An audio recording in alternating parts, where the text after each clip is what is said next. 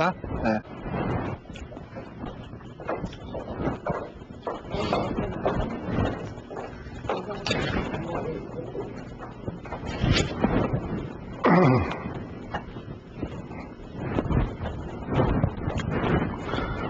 자, 그래서 아까 아브라함에 대한 얘기를 했습니다. 17절에 보게 되면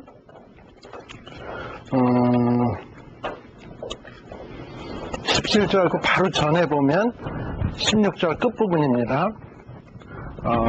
이렇게 돼 있어요. 아브라함은 하나님 앞에서 누구의 조상이 되었다? 우리 모든 사람의 조상이라. 그러니까 믿는 자의 조상인 거예요. 네. 그래서 어떤 믿는 거의 조상이냐면 바랄 수 없는 것을 믿는 자. 18절 바랄 수 없는 중에서도 바라고 믿음, 그 믿음, 이게 의로워질 수 있는 믿음이에요. 그리고 19절에도 보면 자기가 100세나 되어 자기 몸이 죽은 것 같음과 사라의 태에 죽은 것 같음을 알고도 믿음이 약하여지지 아니하였고 뭐라고 얘기했냐면 내가 뭐 100세면 어때? 뭐 사라가 태가 다 죽었으면 어때? 하나님이 된다면 되는 거지 뭐. 이걸 의롭게 여기시는 거예요. 그리고 믿음이 없어 하나님의 약속을 의심치 않고 믿음에 견고하여져서 하나님께 영광을 돌렸더니, 그리고 또 21절 약속하신 그것을 또한 능히 이루실 줄을 확신했더니 하나님이 이것을 저에게 어떻게 여겼다? 의로 여겼다. 그러니까 하나님이 의로 여기는 건 간단해요. 여러분들 죽은 자가 살아납니까? 상식적으로 생각하면 안 살아나. 근데 우리는 어떻게 믿죠? 살아난다. 왜? 예수로 말미암아. 또 예수를 믿으면 나도 살아난다. 믿습니까? 네. 그거예요 바로. 이거 말이 안 돼. 사실은 어떻게 보면 정말 말이 안 되죠. 자, 예수님이 돌아가셨다. 돌아가셨으면 돌아가셨지. 그게 나랑 무슨 상관이야. 내 죄 때문이다. 에이, 미친놈, 별 이상한 소리를 다 하고 앉았네. 도대체 말이 안 되죠. 예수님 돌아가셨고 나는 2000년 뒤에 태어나서 그것도 한국 땅에서 태어난 사람인데 어떻게 예수가 날 언제 봤다고 날 위해서 내 죄를 위해서 돌아가시냐 말이에요. 말이 안 되는 거지. 그거는 성립이 안 되는 거지. 그런데 성경은 뭐라 그러냐면 예수님이 널 위해서 돌아가셨다고 하면 하나님이 죄값을 사해 주시겠다고 그랬어. 그게 된대. 용서가 된대. 그렇게 믿었더니 용서가 돼. 바랄 수 없는 중에 바랬더니 되고, 안 되는 줄 알았는데 된다고 믿었더니 되는 거. 이게 믿음이에요. 그러니까 믿음은 쉽게 얘기해서 하나님이 주신 의인데, 하나님이 우리가 하도 한심하고 하도 모자라고 우리 힘으로는 도저히 안 될 것 같으니까 하나님이 어거지로 의롭게 여겨주는 방법을 그냥 주신 거야. 어거지의야, 어거지의. 제가 볼 때는. 그렇지 않습니까? 이거는 완전히 어거지의예요. 그런데 이 어거지에다가 그냥 하나님이 할 수 있다는 것만 네가 인정을 해라. 그러면 내가 다 해준다. 이거거든. 이게 복음이에요. 그래서요 23절에 아브라함의 예를 들면서 이렇게 얘기합니다. 저에게, 다 같이 시작, 저에게 의롭다 여기셨다 기록된 것은 아브라함만 위한 것이 아니요 의로 여기심을 받을 우리도 위함이니 곧 예수 우리 주를 죽은 자 가운데서 살리시는 이를 믿는 자니라. 사실 예수님이 죽었다 살아났다? 이거 믿는 거 정말 쉬운 일 아니에요. 근데 우린 믿잖아? 근데 이런 자들에게 하나님이 의롭다 여겨주겠대. 이건 약속이에요. 그러니까 세상 사람이 볼 때는 이해가 안 되는 약속이지만 이 약속 믿으면 된다는 거예요.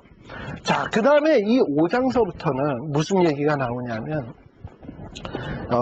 그러면 우리가 받은 이 의롭다 함을 얻은 자의 특권이 도대체 뭔가? 이 의롭다 함을 얻은 자가 누릴 수 있는 특권이라는 게 뭔가 하는 얘기가 5장에 쭉 나오는데요. 이렇게 의롭다 여겨지게 되면 우리가 하나님 앞에 받을 수 있는 특권들이 있어요. 첫 번째는 뭐냐? 하나님과 더불어 화평을 누리는 거예요. 5장 1절. 자, 우리는 원래 하나님의 뭐의 자식이었냐면 진노의 자식. 그리고 또 어떤 표현이 어울려? 하나님과 원수되었던 자. 그러니까 우리 인간은요, 하나님 앞에 서면 죽을 수밖에 없는 자였어. 근데 우리가 의롭다, 하나님이 인정해주고 난 다음엔 어떻게 됐냐면 하나님과 그냥 화평을 누릴 수 있게 됐어요. 하나님하고. 이거 큰 특권이에요. 하나님과 내가 화평할 수 있다. 그리고 또 뭐 할 수 있냐? 그 다음에 나오면 은혜에 들어갈 수도 있어. 하나님이 은혜 베푸는 것을 우리가 받아 누릴 수가 있어. 그리고요, 또 하나님의 영광을 내 영광처럼 바라고 내가 또 그걸 즐거워할 수도 있어. 여러분들 뭐 남편이 혹은 자식이 그렇게 잘 되면 부모도 절로 영광되는 것처럼, 하나님이 영광스러워지면 괜히 좋은 거야, 나도. 또 하나님은 내가 영광스러워지면 괜히 좋은 거야, 서로. 이런 특권이 있다 이 말이죠. 내가 은혜에 들어가고 하나님의 영광을 바라고 영광을 즐거워할 수도 있고 막 그렇게 된다 이 말이죠. 얼마나 큰 축복입니까? 또 뭐 할 수 있냐? 환난 중에도 즐거워할 수 있어요.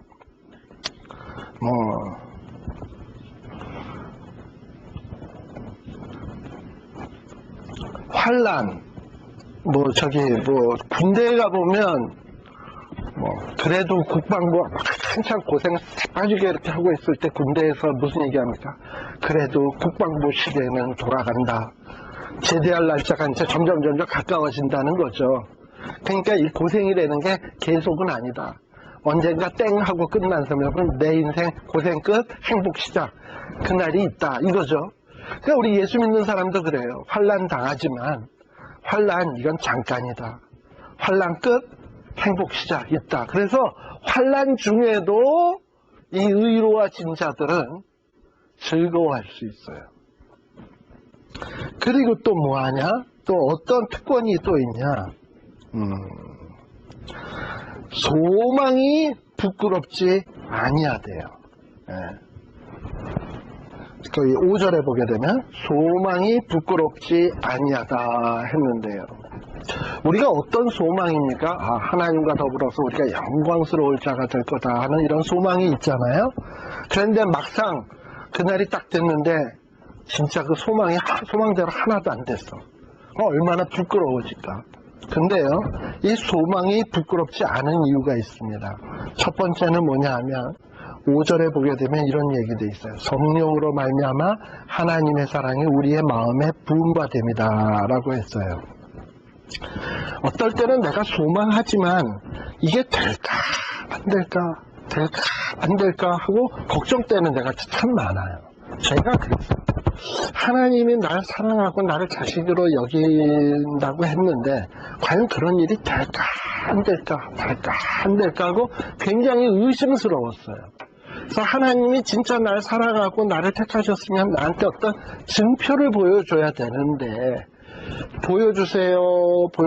방언 주시든지 환상 주시든지 이상 주시든지 해서 보여주세요 했는데도 그런 건 하나도 안 나타났어요. 그러니까는 내 소망했던 것이 더 불안해. 그런데 어떤 일이 생겼냐면 어느 날인가 내가 성경을 보는데 성경이 보통 때 느끼는 느낌하고 달라요. 그건 뭐냐? 지금 여기에서 얘기한 바로 그런 거예요. 성령으로 하나님의 사랑이 우리의 마음에 부음받는 거예요. 성경 구절에 딱 있는데 성령님이 막 역사를 하면서 내가 너를 얼마나 사랑하는 줄 아느냐 하고서 말씀을 통해서 역사를 하시는 거예요. 그래서 제가 전에 얘기했잖아요. 저는 성경을 보면서 옛날에 다 달달달달 외우던 말씀인데 헬라인은 지혜를 구하고 유대인은 표적을 구하나 난 너에게 보여줄 표적은 요나의 표적밖에 없다. 얼마나 심플한 말씀이야. 그런데 그 말씀을 읽는 그 순간에 나한테는 어떻게 다가왔냐면 이 멍청한 놈아 내가 너 위해서 또 죽으랴 너 멍청하게 헬라인처럼 지혜 구하고 유대인처럼 표적 구하고 이러는데 너가 구하는 게 얼마나 헛된 건 줄 아냐? 예수님이 널 위해서 죽으셨다면 그것처럼 귀한 게 어디 있냐? 뭘 또 구하냐? 성령이 마음에 부음받으면 그 음성이 마치 떡매로 머리를 치는 것 같은 느낌으로 다가오더라니까요.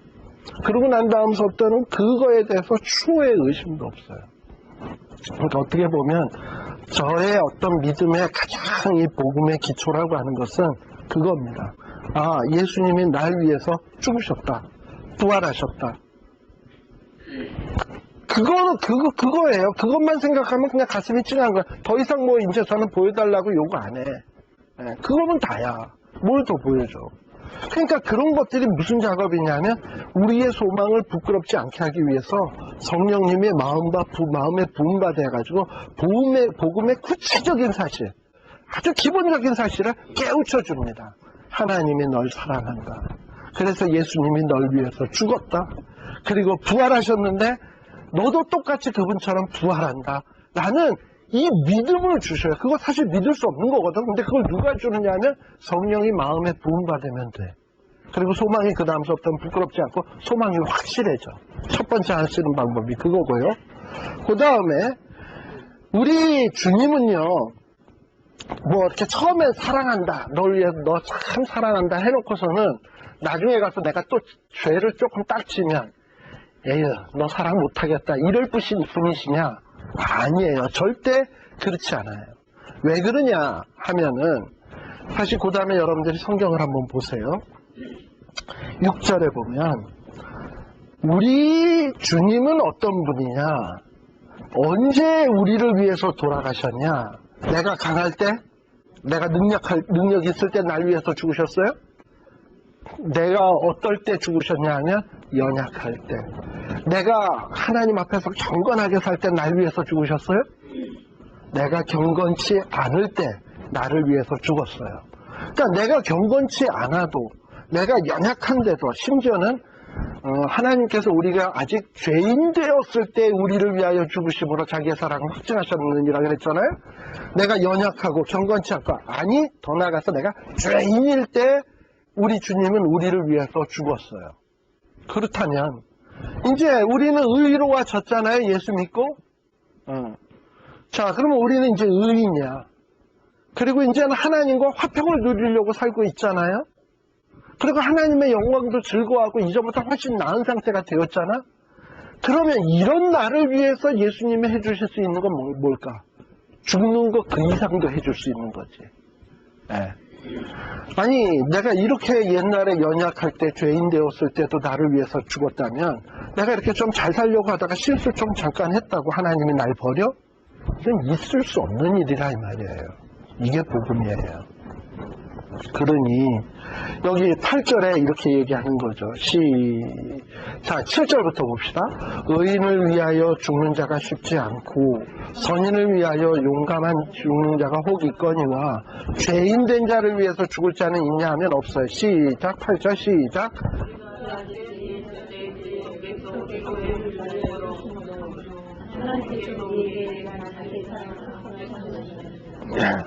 그러니까 우리가 의인을 위해서 죽는 경우는 있어요. 그러나 죄인을 위해서 죽는 경우는 없어요. 근데 우리 예수님은 죄인인 나를 위해서 죽었어요. 그러니 여기 10절에 보면, 10절도 다시 한번 봅시다. 곧 우리가 원수 되었을 때, 우리가 하나님과 원수 되었을 때 그 아들의 죽으심으로 말미암아 하나님의 더불어 화목되었은즉, 화목된 자로서는, 지금 우리 상태죠. 이미 화목되었죠. 화목된 자로서는 더욱 그의 살으심을 인하여 구원을 얻을 것이라. 이게 아까 조금 전에 얘기했던 그거예요. 내가 죄인일 때도 하나님이 그렇게 은혜를 베풀었다면, 내가 이제 죄인 아닌 상태가 되었으면 하나님이 더 큰 은혜 베풀 거 아니냐. 그러니까 더 큰 구원을 우리가 얻을 거 아니겠느냐라고 얘기하고 있는 겁니다. 그러니 우리가 이 믿음으로 의롭다함을 받은 자의 이 특권이라는 게 얼마나 대단한 건지요. 네. 내가 진짜 하나님과 화평을 누릴 수 있고 즐거워할 수 있고 소망도 부끄럽지 않고, 소망이 부끄럽지 않은 것은 성령이 우리의 마음에 부음받았고, 또 소망이 부끄럽지 않은 이유는 논리적으로 봤을 때 연약한 자, 죄인, 경건치 않은 자를 위해서도 죽으셨다면 지금 화목된 자를 위해서는 더더욱 하나님의 은혜를 베풀 거 아니냐. 그러니 내 소망이 부끄러워질 리가 있겠습니까? 없지요. 예. 그 다음에 우리의 소망이 또 부끄럽지 않은 이유, 세 번째는 또 뭐냐. 여기에 보면은 5장 12절서부터는 이제 무슨 얘기가 나오냐면 아담하고요 예수님을 비교하고 있습니다. 자, 공통점, 아담과 예수님의 공통점. 첫 번째는 둘 다 인간이다. 아담과 예수님은 둘 다 인간이에요. 그 다음에 아담과 예수님의 공통점은 뭐냐? 둘 다 죄 없는 상태를 경험했어요. 아담, 처음에 창조되자마자는 죄 없었죠? 죄 없는 상태 체험했고, 예수님은 일평생 죄가 없으셨으니까 죄 없는 상태 체험했고, 그 다음에 아담과 예수님 둘 다 인류의 조상으로 사탄에게 유혹을 받았어요. 아담과 하와는 한 몸이니까 사탄에게 유혹받았잖아요. 예수님도 40일 광야 생활에서 유혹받았죠. 이런 점에서는 다 똑같아요. 그런데요, 아담하고 예수님이 이렇게 비슷한 점은 있지만 서로에게 비교했을 때 게임이 됩니까? 하나는 하나님이고 하나님이면서 인간이고 하나는 인간이면서 인간이면 이건 게임이 안 되는 거지. 둘 다 본질적으로 비슷은 한데 게임이 안 돼. 그런데요, 또 아담하고 예수님하고 공통점은 뭐냐면 대표한다는 점에서 또 공통점이에요. 아담은요, 모든 이후에 태어날 인류를 대표하고 있어요. 그래서 아담이 죄를 짓잖아요. 그러면 뒤에 오는 사람들도 다 죄인이 돼버려. 만일에 우리가 여기에서 여기 있는 사람들 가운데 뭐 지금 하도 남녀로 구분하기엔 참 그거한데, 어쨌든 나랑 고창근 집사님이랑 둘 여자들 다 해가지고 남자가 의로울까 여자가 의로울까 해서 이제 토론을 붙었는데 결론이 안 났어. 그러면 우리 가위바위보로 정합시다. 그럼 남자 대표 누구 할까요? 장유유서니까 고창근 집사님이 딱 하고, 그 다음에 여자 대표는 여기서 누가 하냐면 우리 원사모님이 딱 하고 해서 둘이서 가위바위보를 딱 했어. 그리고 우리는 다 결정하기를 저기서 결정해 다 따른다 해가지고 가위바위보를 딱 했는데 고창근 집사님이 이겼어. 그럼 남자는 의로와요 아니로와요? 비웃는 것 같아. 여자들이. 그거 왜 그러냐? 그렇게 룰을 정했으면 그렇게 되는 거야. 룰을 그렇게 정했으면 되는 거야. 한 사람이 이겼으면 나도 덩달아 의로워지는 거야. 만약에 여자가 이겼으면 원사원이 때문에 다 의로워지는 거예요. 그러니까 그 혜택을 누리는 거야. 가위바위보에 이긴 혜택을.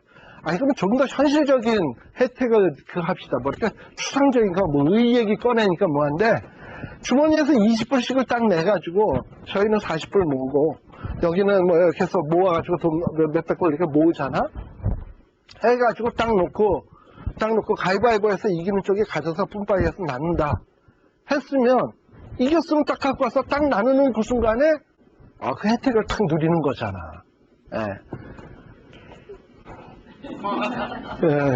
그러거든요.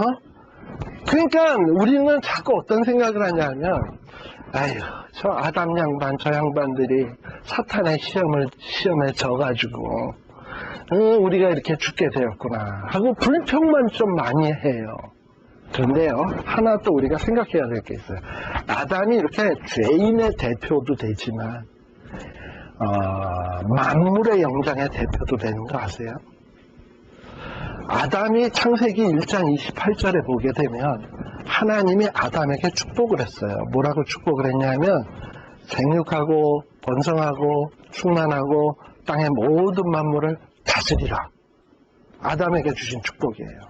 자, 그럼 그 축복은 아담에게만 준 축복이냐면 아담과 관련된 육신의 후손들까지도 다 세상 만물을 다스리라는 축복을 주신 거예요.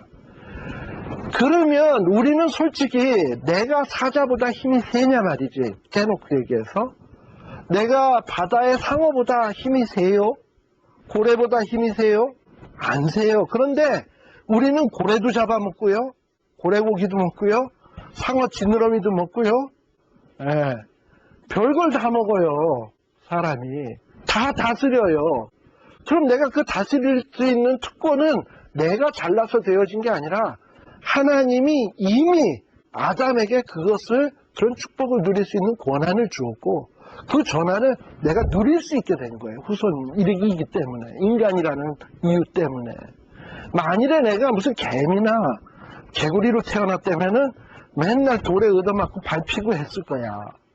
그런데 하나님은 내가 뭐길래 아담의 후손으로 태어나게 했냐 말이죠. 그럼 내가 아담의 후손이니까 아담이 누릴 수 있는 축복도 누리고 있어요. 근데요, 사람은 굉장히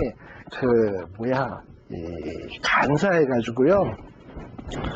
내가 누구 때문에 축복을 누리게 되었으면 그건 얘기 안 해.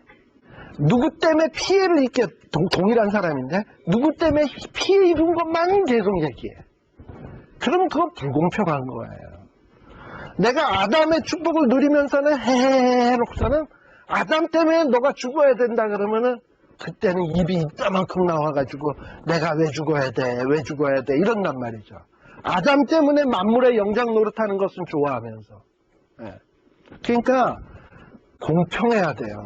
내가 축복을 누렸으면 그 사람 때문에 죽게 된 거에 대해서도 인정할 수 있어야 돼요. 그런데 그래서 우리는 아담 때문에 만물의 영장도 되었지만 아담 때문에 죄인도 되었습니다. 그래서 죽을 수밖에 없어요. 그런데 우리가 말 바꿔 탄다 그러죠. 어느 날 아담 때문에 죽게 되었어.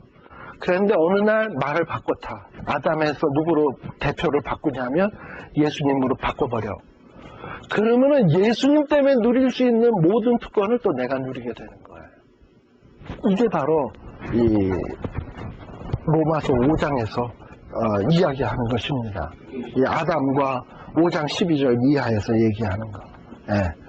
그러니까 한 사람으로 인해서 죄가 사망에 들어오고 모든 사람이 죄짓고 사망에 이르게 되었지만 이제 한 사람의 은혜로 인해 의롭다함을 얻게 되고 생명에도 이르게 된다. 그래서 우리가 예수 안에 들어가기만 되면 예수에게 주어질 모든 영광이 우리 것이 되어버려요. 왜냐하면 예수님과 내가 한 몸이 되어지기 때문에. 이 영광이 얼마나 대단한 것이냐 하면은 고린도전서 15장 한번 봅시다. 고린도전서 15장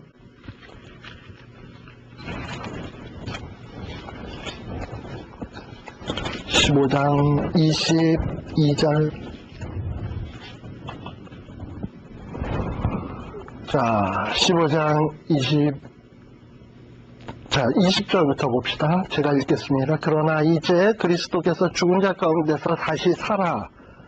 자, 예수님이 다시 살았다라는 건 이게 보통 일 아니죠. 그런데 이 다시 산 것이 뭐냐? 잠자는 자들의 첫 열매예요. 그러니 잠자는 자는 뭐냐? 우리가 죽으면 잠자는 자들인데 우리도 예수님처럼 살아나요. 그리고 21절에 보면 사망이 사람으로 말미암았는데 근데 죽은 자의 부활도 사람으로 말미암아요. 사망이 사람 누구? 아담으로 말미암았다면 죽은 자의 부활은 사람 누구? 예수 그리스도로 말미암아 이루어져요. 그래서 아담 안에서 모든 사람이 죽었지만 내가 예수 안으로 딱 말을 바꿔 타게 되면 모든 사람이 삶을 얻어요. 그리고 어느 정도로 영광스러워지느냐 하면 여기에 보면은 25절 모든 원수를 그 발 아래 둘 때까지 불갑을 뭐 해요? 예수님이 왕노릇 하세요. 27절에 보면 또 어떻게 돼요? 만물을 저의 발 아래 두셨다 하셨으니 이런 모든 영광스러움을 우리가 함께 받아요. 예수 안에 있다는 이유로. 그러니까 아담 안에 있다는 이유로 만물의 영장된 것처럼 우리도 예수 안에 있다는 이유처럼 왕노릇하게 되고요. 만물이 우리 발 아래 무릎 꿇게 되고요. 그리고 거기에서 왕노릇하게 된다 이 말입니다.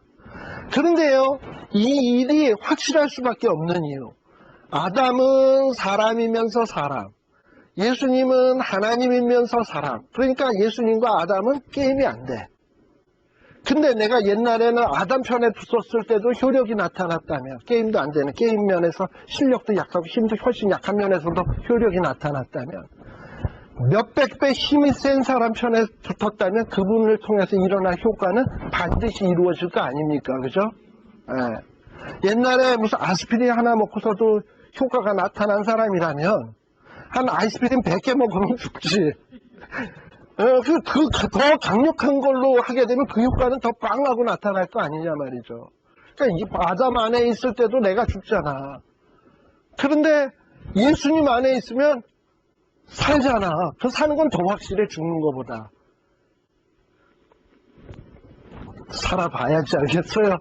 아니에요. 진짜예요. 그래서 어떻게 보면 전 요즘 들어서 더욱더 그런 생각이 많이 나요. 산다고 다 축복이냐. 어떨 땐 일찍 죽는 것도 복이다. 왜냐? 에? 거야 그런데요. 거야 그런데 아직 죽으면 안 되는데. 그런데 그냥 그런 생각이 문득 들어요. 산다고 뭐 다 축복이냐. 아니 왜 우리들이 살라고 아둥바둥 할 이유가 뭐였나. 만약에 하나님이 데려가신다면 그냥 파이하고 가지. 그리고 가고 그리고 그냥 기쁜 마음으로 가고 가면 더 좋은 데 가는 건데 또 유족들도 그런 것 같아. 제가 볼 때는. 제가요 우리 전에 제가 나가는 신학교 복음신학교라고 있어요. 에반겔리아 신학교라고 있는데 거기에 이근삼 총장님이 지금으로부터 한 1년 전 돌아가셨거든요. 총장님이 돌아가시고 장례식을 하게 됐어요. 장례식 때 조사 그러니까 분위기가 쫙 가라앉았잖아. 근데 제일 마지막에 나오는 어떤 나이 많은 분이 하나 탁 나와서 조사하러 나왔어요. 왜 이러고들 있습니까? 우리 웃읍시다 이러더라고. 이런 식이에요. 웃읍시다. 기뻐합시다. 좋은 데 가셨는데 지금 이거 환송 예배입니다. 이러고서는 막 장례식장에서 그런 거야. 그러다 보니까 가만히 듣고 보니 그 말이 더 맞아. 환송이잖아요.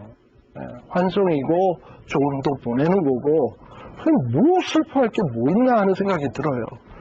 사실 옛날에 지금은 미국 오는 것도 그렇게 썩 좋은 일 아니었지만 옛날에는 누구 미국 보낸다 그러면 출세하는 것 같았잖아. 그래서 공항에 나갈 때 환송 예배 보러들 많이 나갔어요. 그래서 누구 이민 간다 그러면은 교회에서들 공항까지 가가지고 다 해서 환송 예배 보고 그리고 가서 환송 예배 보고 은근히 부러워하고 물론 가족들 가운데서 좀 헤어지게 되는 경우는 좀 섭섭함도 있지만은 대부분의 가족들은 어떤 마음으로 보냈냐면 에이 더 좋은 데 가는데 아유 여기 살기 어려운데 아유 좋겠다 이러고서 보내지 죽으러 보내는 마음 같지는 않았잖아요. 이민 간다 이랬을 때 좋은 데 보낸다고 생각한 것처럼 천국 가는 건 더 그렇잖아. 좋은 데 가는 거잖아. 근데 뭘 그걸 안 보내려고 가는 거는 지옥에서 그냥 발꿈치 잡고 넌 여기서 못 나가 하는 거랑 똑같지. 얼른 보내줘야지. 그런 면에서 정말 우리 예수 믿는 사람은 누가 일찍 죽었다 하더라도 근데 사실 이런 말하는 것도 무서운 거 있죠. 말 시된다고. 그렇지만은 냉정하게 생각하면 기뻐해야 될 일이에요.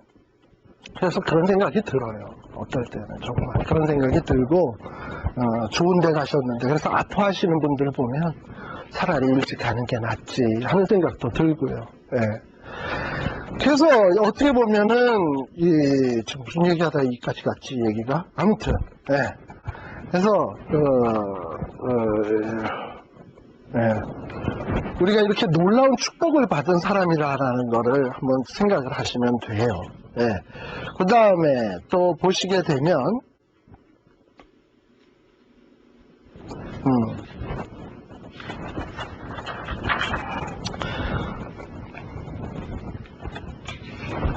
제가 무슨 얘기를 하다가 말을 깜빡 잊어먹었어 지금.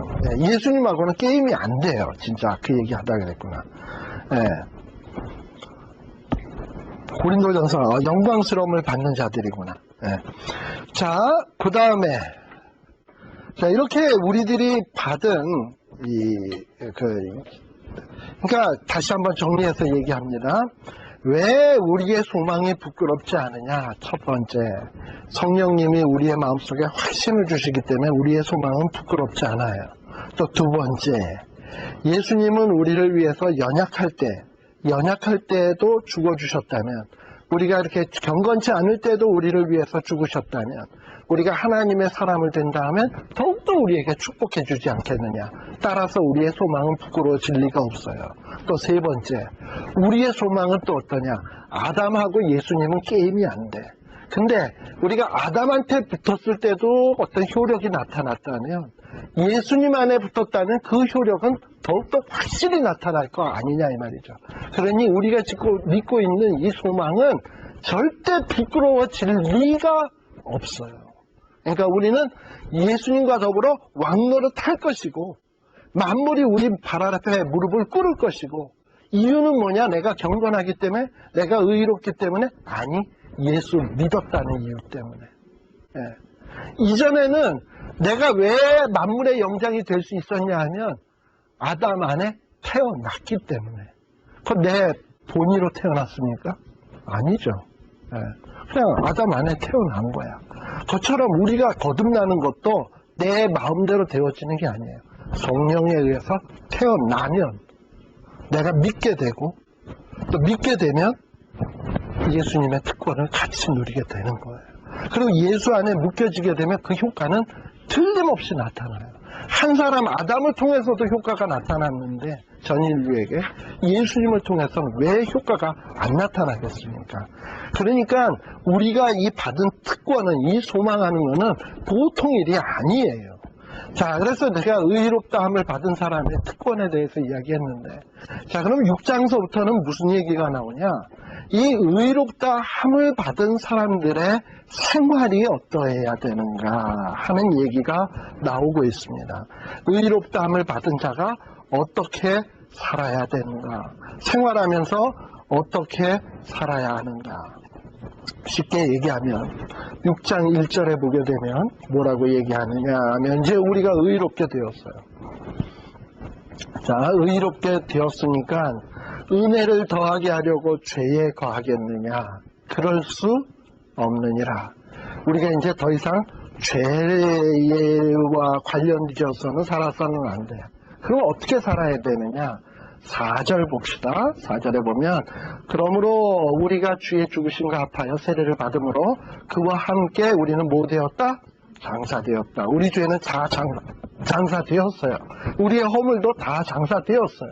이제는 어떻게 되느냐면, 이는 아버지의 영광으로 말미암아 그리스도를 죽은 자 가운데서 살리심과 같이 우리로 또한 새 생명 가운데서 행하게 하려 함이라 하면서, 우리가 이렇게 의로워진 이유는 뭐냐면 새 생명 가운데서 행하게 하기 위해서예요. 자, 그럼 새 생명 가운데서 행한다는 게 뭔가 하는 점을 좀 알아야 되는데, 새 생명 가운데서 산다는 것은 뭡니까? 내가 새 생명 가운데서 산다? 참 어렵죠? 우리 성경이요, 어떻게 보면은 말로 탁 얘기하고 나면 참 얘기하기가 힘들어요. 새 생명 가운데. 뭐 내가 지금 생명이 없어진 것도 아니고 갑자기 내 생명이 뭐 이렇게 세탁기에다 쫙 빨아가지고 갑자기 번쩍번쩍 빛나는 색깔이 돼가지고 그렇게 해서 살아가나? 이런 거 아니잖아요.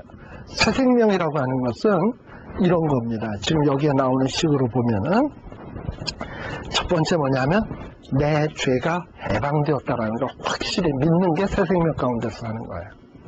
난 이제 죄의 노예가 아니다 라는 것을 믿고 사는 것. 예. 자, 6절에 보면 뭐라고 되어 있습니까? 우리가 알거니와 옛사람이 예수와 함께 십자가에 못 박힌 것은 뭐가 멸하여? 죄의 몸이 멸하여 다시는 우리가 죄에게 종노릇하지 아니하려 함이니. 다시 말하면 우리의 죄의 몸은 멸해졌어요. 내 죄가는 다 사라졌어요. 따라서 이제는 우리는 죄의 종이 될 필요가 없어. 종값은 다 사라졌어. 전부 다 지불되었어요. 그러니까 종으로 살 이유가 없어요. 난 이제 죄의 종이 아니다. 근데 이런 사람이 있어요. 옛날에 필리핀 어느 그 섬이 많잖아, 필리핀에. 근데 세계 1차 대전, 2차 대전이 끝났어.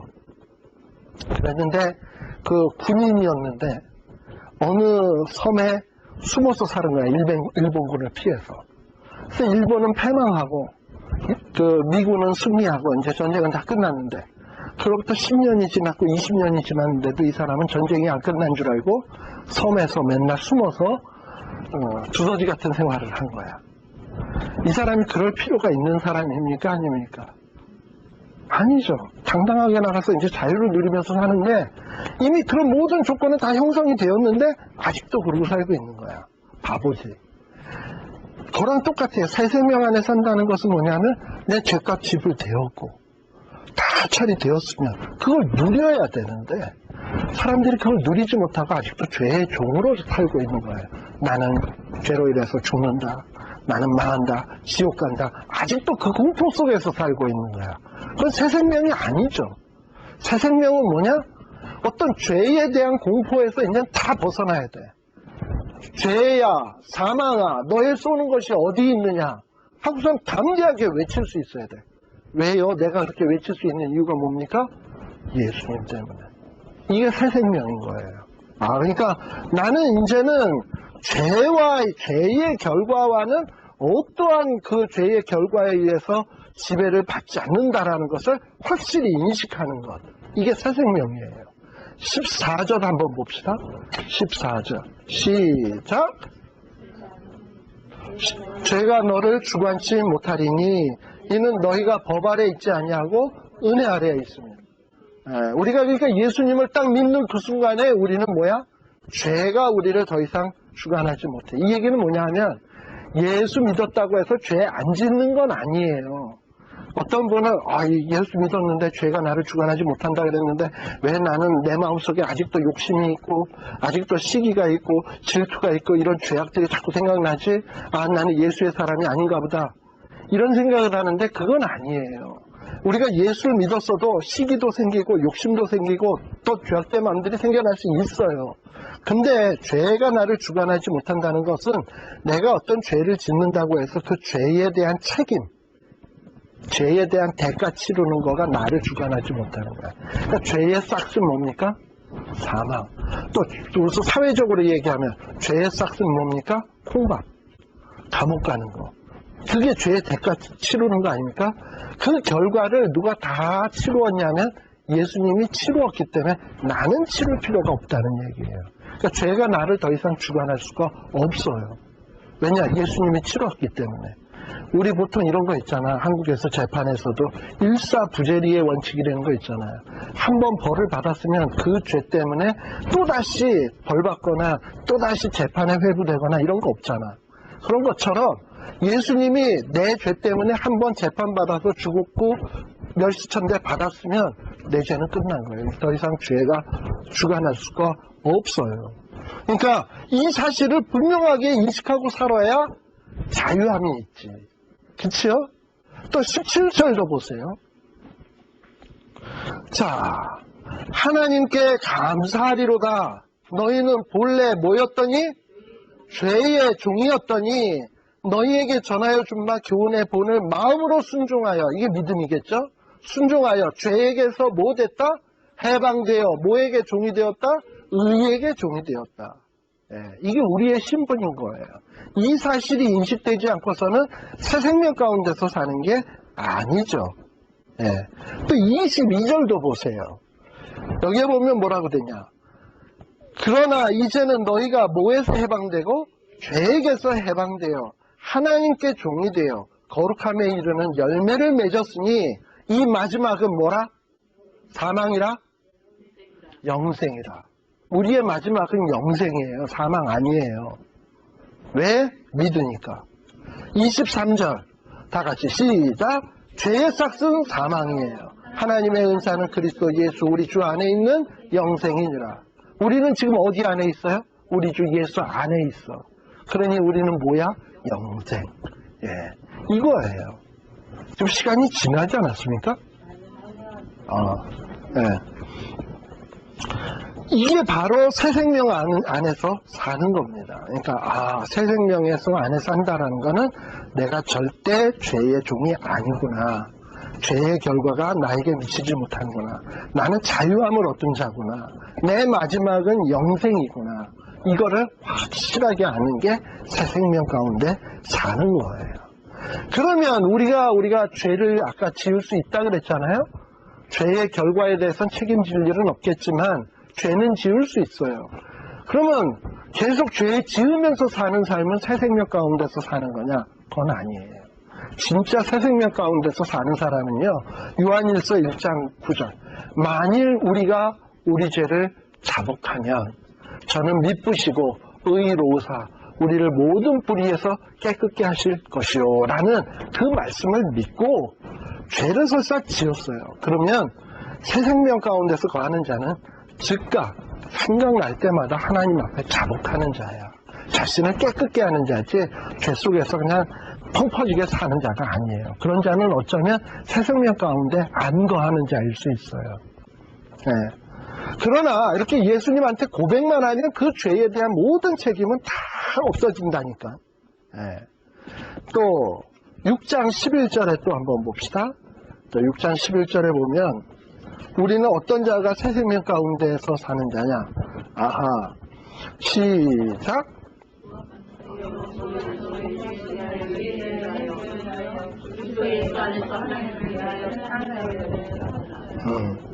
무슨 얘기입니까? 예를 들어서 저승사자가 딱 찾아왔어. 넌 죽어야 돼. 그러면은 우리 뭐라 그러겠습니까? 나 이미 죽었어. 죽은 자를 이렇게 죄에 대해서 저승에 가야 될 일이 있다면 나 이미 저승 갔어. 네가 언제 갔어? 예수님이 갔잖아. 갔잖아요. 그때 예수님 갔을 때 나랑 같이 간 거야. 끝. 나 천국 갔어요. 네가 무슨 권리로 여기 들어와? 여기는 보통 사람들 들어오는 데 아니야. 딱 이래. 왜요? 여기 나 충분히 들어올 자격인데 네가 무슨 자격이로? 예수님이랑 나랑 하나인데요. 그러고 가는 거예요. 그러니까 천국을 향해서는 예수님과 같이 산자처럼 대하고 저승을 향해서는 죽은 자처럼 대하고 얼마나 신나는 일입니까? 예. 이게 새 생명 가운데서 사는 자예요. 예. 바로 이렇게 사는 것이 새 생명 가운데서 사는 것이다 라는 것이고요.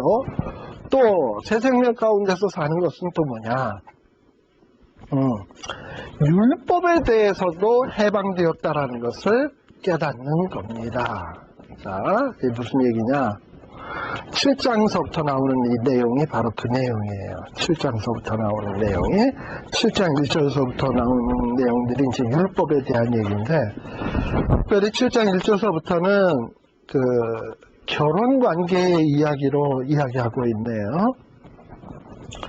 남편이 있는 여인이 남편 생전에는 법으로 그 남편에게 매임받이지만 남편이 죽으면 남편의 법에서 벗어나게 된다라는 이런 얘기를 하고 있습니다. 그처럼 우리는 어떤 자들이냐? 이제 율법에 대해서 율법은 죽었어요. 왜 죽었냐? 예수님이 율법에 의해서 죽임을 당한 거예요. 그러니까 율법은 우리에게 더 이상 효과를 못 미쳐. 그러니까 우리는 이제 자유함을 얻게 된 겁니다. 그래서 새 생명 가운데서 산다라는 것은 나는 율법에 대해서 이미 율법으로는 죽은 자구나. 7장 4절 다 같이 시작. 그러므로 내 형제들아 너희도 그리스도인의 몸으로 말미암아 율법에 대하여 죽임을 당하였으니. 자, 언제 우리가 죽임을 당했습니까? 예수님이 십자가에 못 박히실 때 나도 그 율법 안 지킨 죄로 인해서 예수님과 함께 십자가에서 죽임을 당했어요. 율법에 대해서 죽임을 당했어요. 그러니까 이제 더 이상 나는 율법에 대해서 더 이상 지배받을 이유가 하등이 없어요. 율법의 대가를 치루었으니까. 6절 또 이제는 우리가 얽매였던 것에 대하여 어쨌다? 죽었으니까 우리는 율법에 대해서 벗어났다. 우리는 율법에 대해서 해방되었다 이 말이에요. 그러니까 내가 새 생명 가운데서 사는 것은 죄의 결과로부터 나 해방되었고 율법에 대해서도 해방되었구나. 그러니까 내가 의로워질 수 있는 방법은 율법을 지키므로가 아니라 예수 그리스도를 믿음으로다. 그러니까 율법에 대해서 전혀 지배받을 이유가 없어요. 그럼 율법의 기능은 뭐냐? 7절서부터 나오는 건데 율법이 죄냐? 그러면 율법은 하드에 쓸데없는 거냐? 아니요. 율법은 뭐 하는 거냐? 내가 율법이 없으면 죄를 알지 못했는데 율법이 있으므로 죄를 알게 되었다 이 말이에요. 그 다음에 13절에도 보면 끝부분에 보면 계명으로 말미암아 죄로 심히 죄되게 하려 함이라 라고 돼 있어요. 내 몸에 지금 뭐 이렇게 더러운 게 이렇게 묻어 있는데 이거를 거울을 보기 전에는 내가 얼마나 더럽다는 걸 모르죠. 그러나 이 잔뜩 묻은 거를 보고 거울을 가서 딱 봤어. 그때는 엄청 더러워. 그래서 씻었어. 그랬을 때는 이 거울이 참 고마울 거예요. 그러니까 거울은 뭐와 똑같은 거냐 하면 율법과 똑같아. 그래서 율법을 다 놓고 나를 쫙 보면 나 죽일 놈이구나. 진짜 더럽다. 진짜 추하다. 아주 절감을 했는데 예수님에게 갔더니 예수님이 샥 다 빨아줘서 진짜 깨끗하게 되면 무슨 생각이 드냐면 진짜 예수님에게 받은 바 은혜가 내가 얼마나 큰 거구나 하는 거를 알게 되죠. 그런데요, 평소에 자기가 별로 더럽지 않다고 생각하는 사람, 난 별로 죄 지은 게 없다 이렇게 생각하는 사람은 용서를 해줘도 그게 큰 은혜라는 걸 몰라. 왜냐? 자기가 별로 죄인이 아니었는데 뭐 용서받고 말 게 뭐 있어. 근데 율법을 보고선 자기가 진짜 죄인이다라는 걸 철저하게 깨달았잖아요. 그럼 용서해줬을 때 그 용서가 얼마나 큰 은혜다라는 것을 확실하게 인식하게 되는 거예요. 그래서 죄가 많은 곳에 은혜가 더하다라고 하는 이유는 뭐냐? 내가 죄를 더 많이 깨닫고 정말 죽일 놈이구나라고 깨달으면 깨달을수록 정말 주님의 은혜가 크다라는 걸 알게 되는 거예요. 바로 그 얘기를 하고 있는 것입니다. 지금 여기에서 얘기하는 거는 새 생명 가운데서 산다는 것은 뭐냐? 바로 이렇게 율법에 대해서도 내가 해방이 되었다. 자, 그래서 이 율법은요, 어둠 속에 묻은 어떤 오물을 밝혀주는 등불과 같은 존재예요. 내가 얼마나 더러운지를 가르쳐주는 거예요. 그리고 나중에 예수님의 보혈로 깨끗게 되면 예수님의 보혈이 얼마나 깨끗게 해줄 수 있는가를 또 깨닫고 감사하게 되죠. 또 7장 14절로부터 율법은 그럼 또 소용없는 거냐? 아니다. 율법의 기능은 뭐냐 하면 14절서부터 보게 되면 우리의 무력함, 우리의 절망을 고백하게 되는 거예요. 율법이라고 하는 거울 앞에서 나를 쫙 쳐다보다 보면 무슨 생각이 들어요? 나는 정말 죄인이로구나. 정말 나는 악한 사람이로구나. 내 속에 선한 것은 하나도 없구나. 나는 맨날 죄만 짓는구나. 하고선 자기의 무력함, 절망감을 고백하게 돼요. 그리고 율법은 선한데, 그리고 나의 육신은 맨날 죄 아래 팔려가는구나. 나는 약하구나. 이러고선 몸부림치게 만드는 역할이 율법에게 있는 거예요. 그리고서는 그 율법이 막 나를 몸부림치게 만들면서 어디로 끌고 가냐? 예수님에게로 끌고 가는 거예요. 예수님에게로 끌고 가서 예수님, 정말 나는 곤고한 사람이거든요. 나는 정말 죽을 수밖에 없는 사람이거든요. 나는 스스로 도저히 건져낼 자격이 없거든요. 주님, 나 좀 도와주세요. 하고 주님께 인도하는 몽학선생의 역할을 하는 게 이게 율법이에요. 그래서 예수님께 가죠. 그래서 25절에 보면 뭐라고 돼 있습니까? 우리 주 예수 그리스도로 말미암아 하나님께 감사하리로다. 그런즉 내 자신이 마음으로는 하나님의 법을, 육신으로는 죄의 법을 섬기노라. 이게 우리의 현실이에요. 마음으로는 하나님 법 섬기고 육신으로는 죄의 법 섬겨요. 그래서 도무지 사실 우리는 가능성이 없어요. 그런데 8장 1절에 보면 예수 안에 있으면 설사 우리의 몸은 죄의 법 섬기고 우리의 영은 하나님의 법을 섬겨도 예수 안에 있는 자에게는 뭐가 없다? 정죄함이 없다. 왜? 죄와 사망의 법에서 나를 해방했다. 믿습니까? 네. 이게 바로 이런 것을 인식하고 있는 것이 바로 새 생명 안에서 사는 거예요. 그러니까 새 생명이라는 건 내가 받은 이 구원이 얼마나 대단한 것인가를 확실하게 알고 살아야 그 풍성함을 맛보지. 죄에 대해서 두려워 안 하고, 율법에 대해서 두려워 안 하고, 어떤 위협에 대해서도 두려워 안 하고 산다면 우리가 얼마나 당당하겠냐 이 말입니다. 또 거기에다가 또 어떤 특권이 있냐? 보면은 하나님의 자녀가 됩니다. 8장 16절.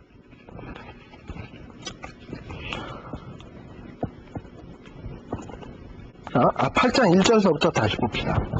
예수 안에 있으면 정죄함이 없어요. 그 다음에 8장 4절. 또 예수 안에 있게 되면 어떤 일이 되냐? 육신을 쫓지 아니하고 그 영을 쫓아 행하려 하는 우리에게 율법의 요구를 이루어지게 하려 함이니라. 그래서 율법이 우리에게 의의를 막 요구하고 있는데 우리가 예수를 믿는 그 순간에 그 모든 요구가 다 이루어지게 돼요. 네.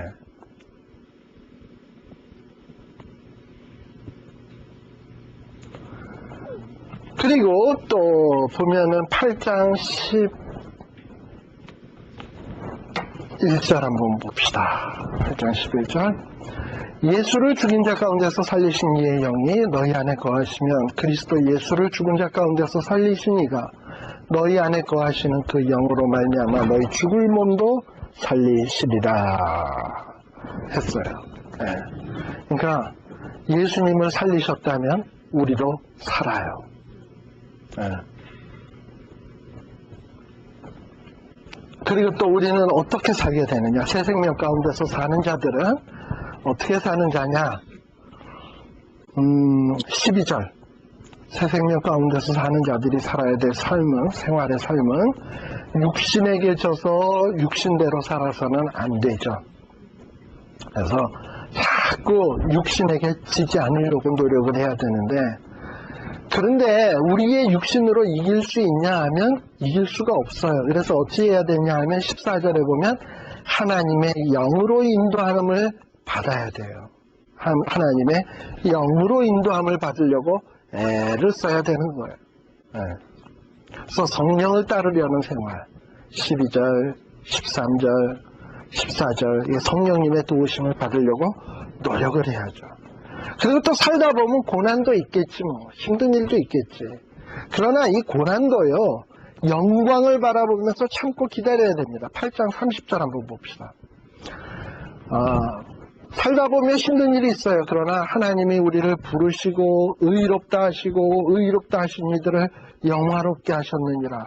내가 지금은 환난이 있고 어려운 일들이 있지만은 내가 영광에 이르게 되는구나 하는 것을 믿고 나아감이 있어야 됩니다. 또 참을 수 있는 이유는 또 18절도 보세요. 8장 18절에 보면 뭐라고 되어 있냐. 생각건대 현재의 고난은 우리가 장차 받을 영광하고는 어떻다? 좋게 비교할 수 없다. 그러니까 뭐 힘들 수도 있죠. 17절에 보면 뭐라고 되어 있습니까? 우리는 그리스도와 함께한 후사니 우리가 그와 함께 영광을 받기 위해서는 뭐도 받아야 된다? 고난도 받아야 된다. 그러나 우리가 받는 고난은 장차 예수와 함께 받을 영광하고 비교하면 게임이 안 돼. 그러니까 영광스러운 거예요. 너무나 영광스러운 거예요. 그리고 이것을 위해서 또 26절에 보게 되면 어떤 일이 있어야 되냐면 성령도 우리의 연약함을 어떠하신다? 도우신다.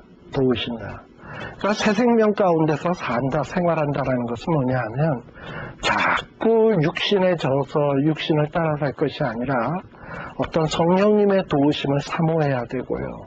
그리고 영으로 인도함을 받아야 되고요. 또 그렇게 인도함 받으면서 살면서도 역시 그리스도인들도 환난을 당할 수 있어요. 그러나 환난을 당할 때 결코 낙심하지 말고 내가 영광 받기 위해서라면 고난도 받아야 되지.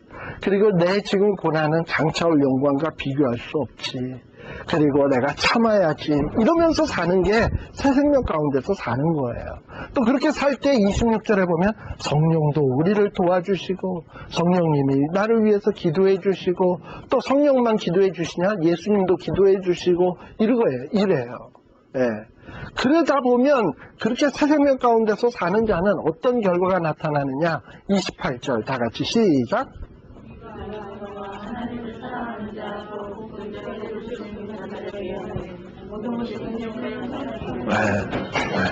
그래서 우리가 예수 안에서 이렇게 새 생명의 삶을 살다 보면 다른 이들이 보면 참 별 볼 일 없는 것 없이 사는 것 같다 하는데 이상하게 예수 안에서 사는 자들에게 딱 마치 모자이크 되듯이 차곡차곡차곡차곡 붙어서 아주 좋은 결과를 착착 이루어지는 거야. 이게 바로 풍성한 삶을 사는 거예요.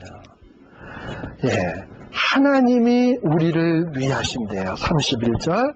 하나님이 우리를 위한다면, 자, 하나님이 여러분 위해요? 위한다면 면입니까? 위하십니까?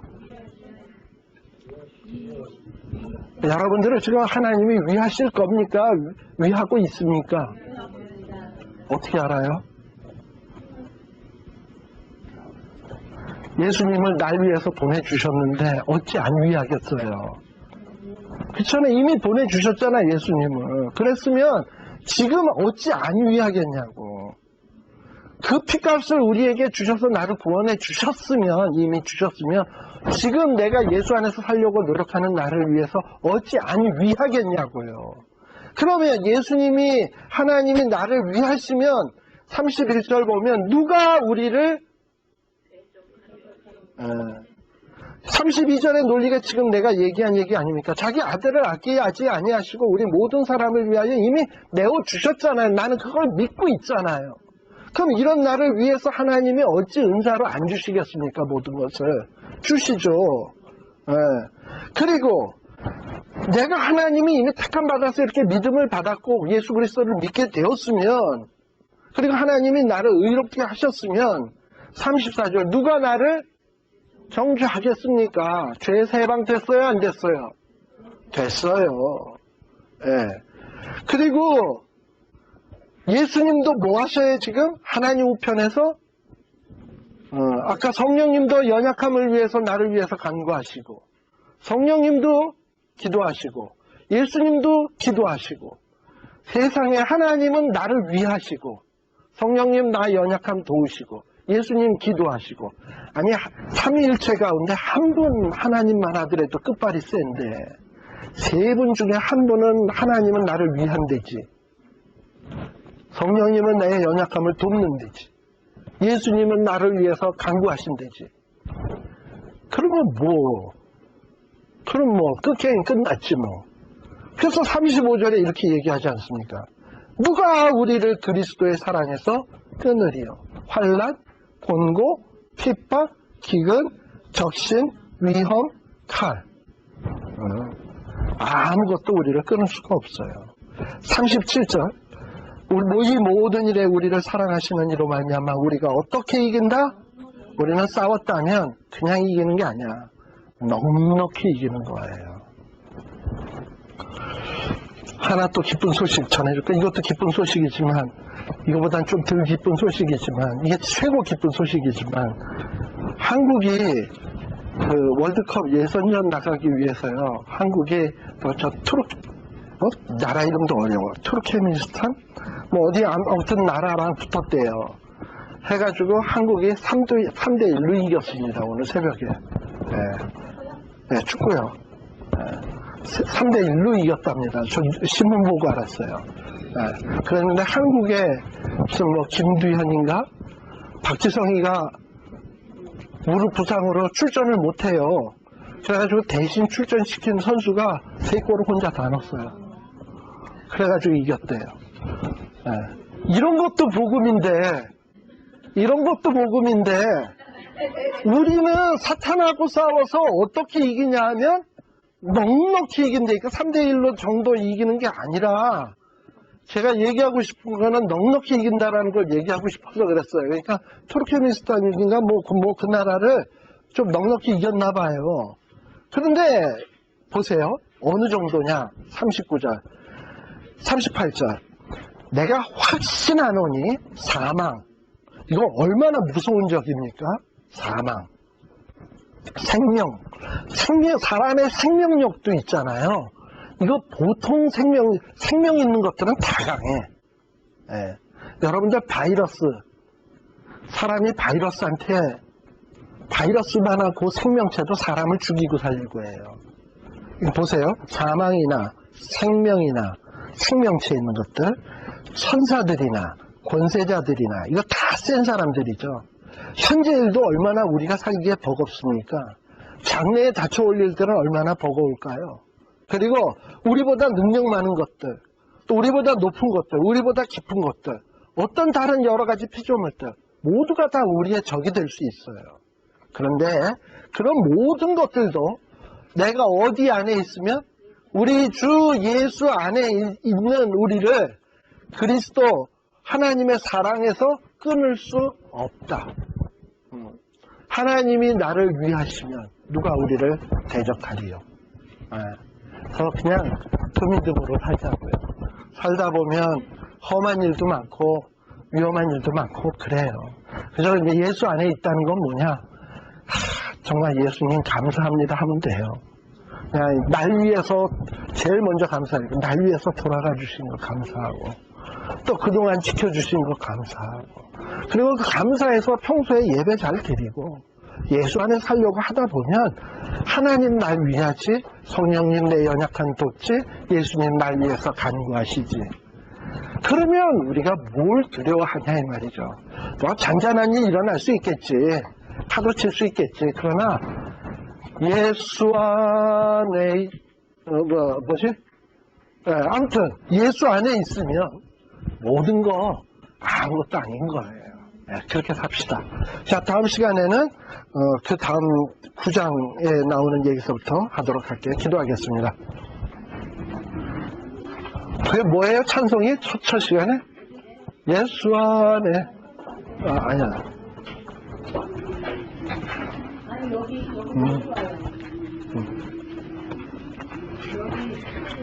자, 기도하겠습니다. 하나님 아버지 감사합니다. 참으로 우리에게 주신 복음 놀라운 것이며 복된 것이며 말로 형언할 수 없는 것입니다. 우리가 이런 놀라운 축복받은 것을 인식하며 살게 하여 주시옵소서. 내가 얼마나 놀라운 존재인지 알고 생활하게 하여 주시옵소서. 어떤 세상의 어떤 것도 우리를 그리스도의 사랑에서 하나님의 사랑의 손에서 끊을 수 없다는 것을 확신하고 사는 담대한 믿음의 용사들이 되게 하여 주시옵소서. 예수님 이름으로 기도드립니다. 아멘. 마치겠습니다.